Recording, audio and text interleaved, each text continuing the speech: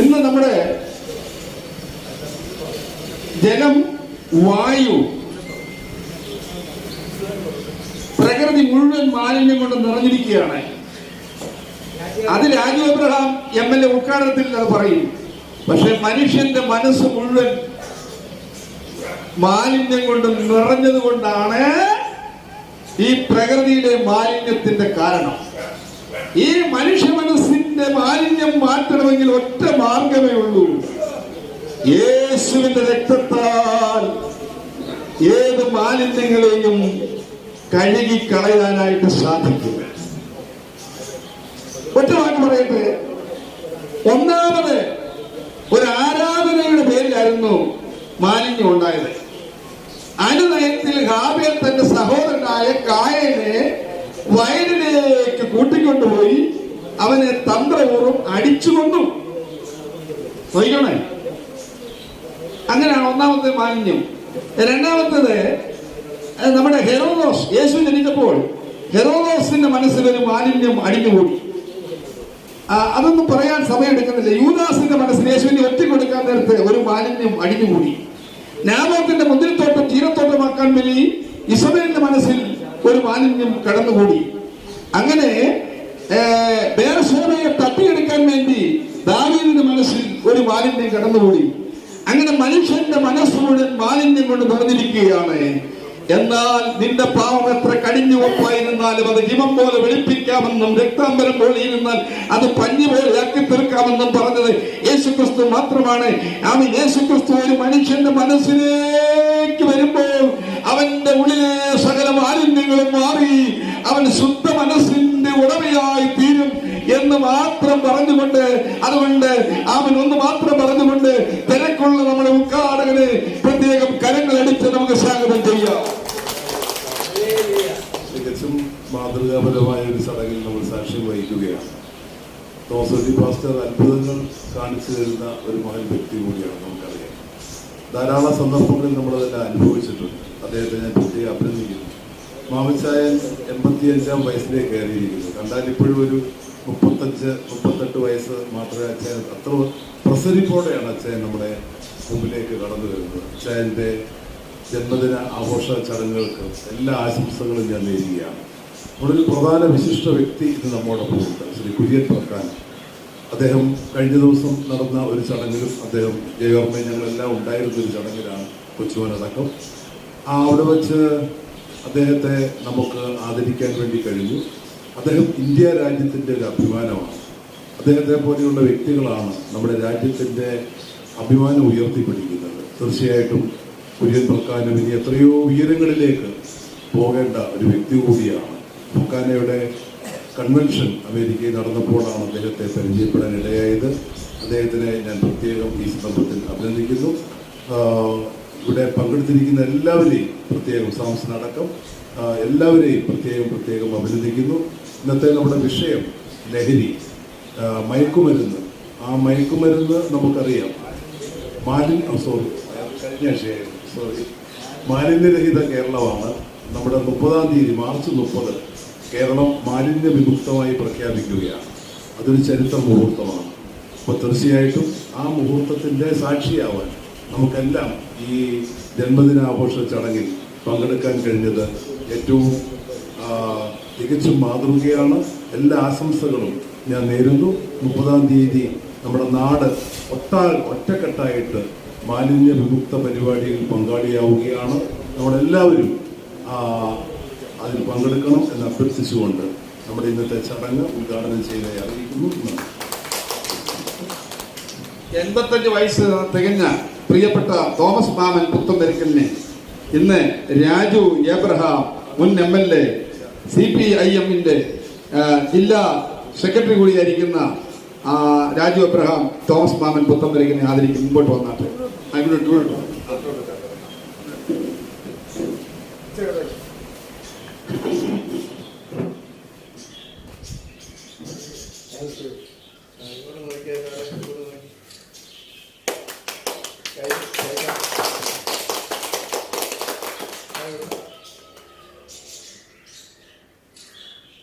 കോൺഗ്രസ് പാർട്ടിയുടെ 2 പ്രമുഖ നേതാക്കന്മാരും മാമച്ചാനെ ഇപ്പോൾ ആദരിക്കും. അതിനുശേഷം പ്രാക്കാനത്തെ കൊടുക്കും. പ്രാക്കാനത്തെ ഇപ്പോൾ ഒരു സെക്കൻഡ്. കുര്യൻ പ്രാക്കാനത്തെ ഇപ്പോൾ രാജു അബ്രഹാം MLA ആദരിക്കും. കുര്യൻ പ്രാക്കാനത്തെ. തോമസ് മാമൻ പുത്തമ്പരക്കലിനെ അഡ്വക്കേറ്റ് കെ ജയവർമ്മ ആദരിക്കുന്നു. ഇപ്പോൾ നമ്മുടെ പ്രിയങ്കരനായ അഡ്വക്കേറ്റ് ഏബ്രഹാം മാത്യു പനച്ചുമൂട്ടിൽ അവർ തോമസ് മാമൻ പുത്തമ്പരക്കലിനെ ആദരിക്കുകയാണ്.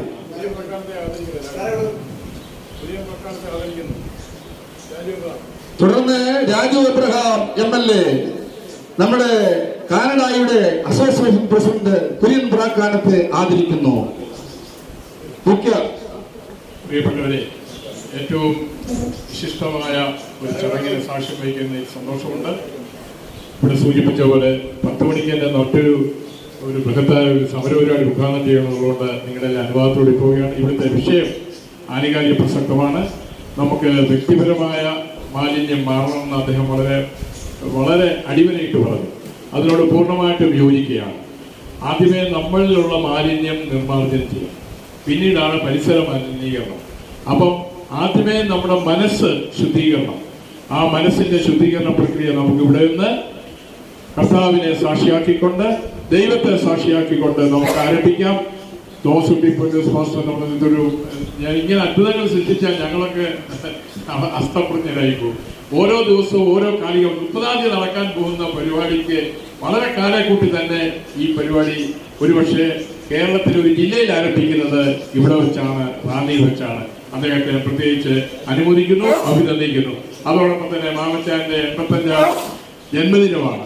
ഓരോ ജന്മദിനവും സുഹൃതം കൊണ്ടും സാഫല്യം കൊണ്ടും സാക്ഷാത്കരിക്കേണ്ട ജന്മദിനമാണ്. നമുക്ക് ദൈവം തരുന്ന ഒരു ദിനം, അത് എത്ര കാലം എന്ന് തീരുമാനിക്കുവാൻ നമുക്ക് അവകാശമില്ല. പക്ഷേ മാമച്ചനെ സംബന്ധിച്ചിടത്തോളം ഞാൻ ഇവിടെ പറയുന്നത് 101 വാറന്റി ഗ്യാരണ്ടിയാണ്. 101 വരെ ഞാനും കൊച്ചുമോനും വന്ന് 101-ാമത്തെ വരെ നമ്മളെല്ലാം കൂടി നമ്മൾ ആദരിക്കും. അതിന് ദൈവം ഇടയാക്കട്ടെ എന്ന് പ്രാർത്ഥിച്ചുകൊണ്ട് ഇവിടെ പ്രിയജൻ ഞാൻ പ്രകാരത്തെ ഞാൻ ഈ അടുത്ത ദിവസമാണ് പരിചയപ്പെട്ടെങ്കിലും അദ്ദേഹത്തിന്റെ എല്ലാ സംരംഭങ്ങളും ഇനിയുള്ള നാളുകളിൽ ഞങ്ങളുടെയൊക്കെ പൂർണ്ണ പിന്തുണ ഉണ്ടാകും. കനേഡിയൻ അവിടെ നടക്കുന്ന നെഹ്റു ട്രോഫി വള്ളങ്ങളുടെ മുന്നോടിയായിട്ടുള്ള പരിപാടി ഇവിടെ ഞങ്ങൾ ആലോചിക്കുന്നുണ്ട്. അതിന് എല്ലാവിധ ആശംസകൾ നേരുന്നു. ഏബ്രഹാം മാത്യു പനച്ചുമൂട്ടിൽ കേരളത്തിലെ, ഇന്ത്യയിലെ അഭിഭാഷക മേഖലയിൽ ഇന്ന് ഏറ്റവും കൂടുതൽ പ്രാവീണ്യം നിൽക്കുന്ന, മുന്നിൽ നിൽക്കുന്ന ഞങ്ങളുടെയൊക്കെ സീനിയറാണ്. ലോയേഴ്സ് കോൺഗ്രസിന്റെ ജില്ലാ പ്രസിഡന്റാണ്. അഭിഭാഷകനിലേക്ക് അദ്ദേഹത്തെ അനുമോദിക്കുന്നു, അഭിനന്ദിക്കുന്നു. എല്ലാവർക്കും നിങ്ങൾക്കെല്ലാം എല്ലാ ആശംസകളും അർപ്പിക്കുന്നു. നന്ദി, നമസ്കാരം, ജയ് ഹിന്ദ്.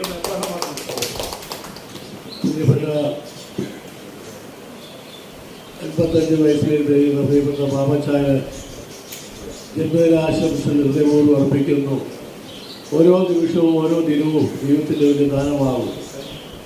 മാമച്ചാന് ലഭിച്ച ആയുസ്സും ആരോഗ്യം, ഭൗതിക നന്മകൾ ഇതെല്ലാം ദൈവകൃപയുടെ നടനിലനുസൃതമായി അനേകർക്ക് പ്രയോജനപ്പെടുവാൻ തക്കവണ്ണം അദ്ദേഹം ഫലകരമായ ഒരു ജീവിതമാണ് നയിച്ചു വരുന്നത്. അത്തരം ആളുകൾ ഈ ഭൂമിയിൽ നിലനിൽക്കേണ്ടത് ദൈവത്തിൻ്റെയും മനുഷ്യരുടെയും ഒരു ഉത്തരവാദിത്വം കൂടിയാകും. ദൈവത്തോടും മനുഷ്യരോടുള്ള പ്രതിബദ്ധതയിൽ ജീവിപ്പാൻ കഴിയുന്ന ശ്രീ മാമച്ചാൻ നല്ല ഗായകൻ, നല്ലൊരു സാമൂഹ്യ പ്രവർത്തകൻ, ചാരിറ്റി പ്രവർത്തനങ്ങളിൽ ആരും അറിയാതെ അനേകം ആളുകളെ സഹായിക്കാനുള്ള ഹൃദയവിശാലതയുള്ള ശ്രീ മാമച്ചാന് ഒരിക്കൽ കൂടി ആയുസ്സും ആരോഗ്യവും നേരുന്നു. അതോടൊപ്പം തന്നെ ഈ മംഗളകർമ്മത്തിൽ പങ്കെടുക്കുവാനെത്തിയ കുര്യൻ പ്രകാരം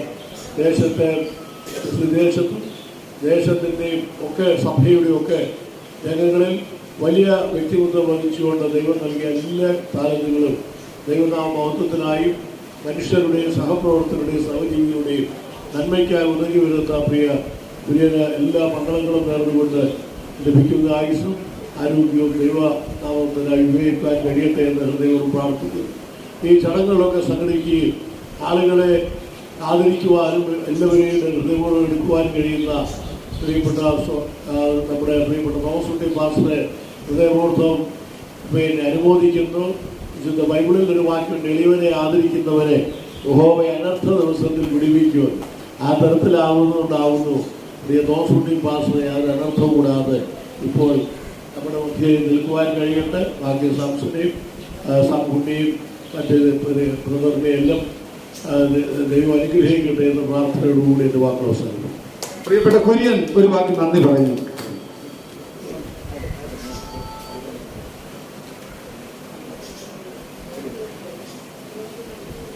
വേദിയിൽ സാധിച്ചിരിക്കുന്ന പ്രിയപ്പെട്ടവരെ, വീണ്ടും ഈ ഒരു വേദി ഒരുക്കി തന്ന പാസ്റ്റർ തോമസ് കുട്ടിയോടുള്ള പ്രത്യേക നന്ദി, സ്നേഹവും അതിലുപരിയായിട്ട് അദ്ദേഹത്തിൻ്റെ ആർജവും ഇങ്ങനെയൊക്കെയുള്ള കാര്യങ്ങൾ ക്രമീകരിക്കാനുള്ള, മുൻകൂട്ടി കണ്ട് കാര്യങ്ങൾ ക്രമീകരിക്കാനുള്ള ആ ഒരു വിവേചന ബുദ്ധിയെ ഞാൻ അഭിനന്ദിക്കുന്നു.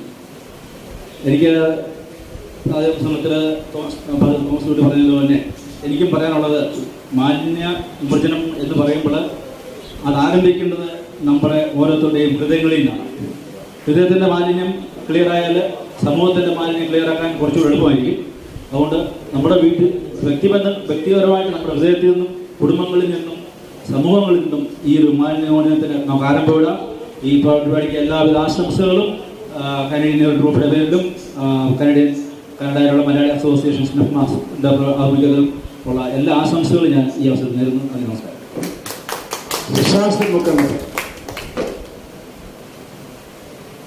ബഹുമാനപ്പെട്ട അധ്യക്ഷൻ, മുഖ്യാതിഥിയായ കുര്യൻ പ്രക്കാലം, സന്ധിപാലക്കമ്മണ്, മാമച്ചായൻ്റെ ജന്മദിനം ആഘോഷിക്കുന്ന ഈ വേളയിൽ എനിക്ക് പറയാനുള്ളത്, അച്ചായനുമായിട്ടുള്ള വർഷങ്ങളായിട്ടുള്ള ബന്ധങ്ങളാണ്. 2015 മുതലുള്ള ബന്ധങ്ങളാണ്.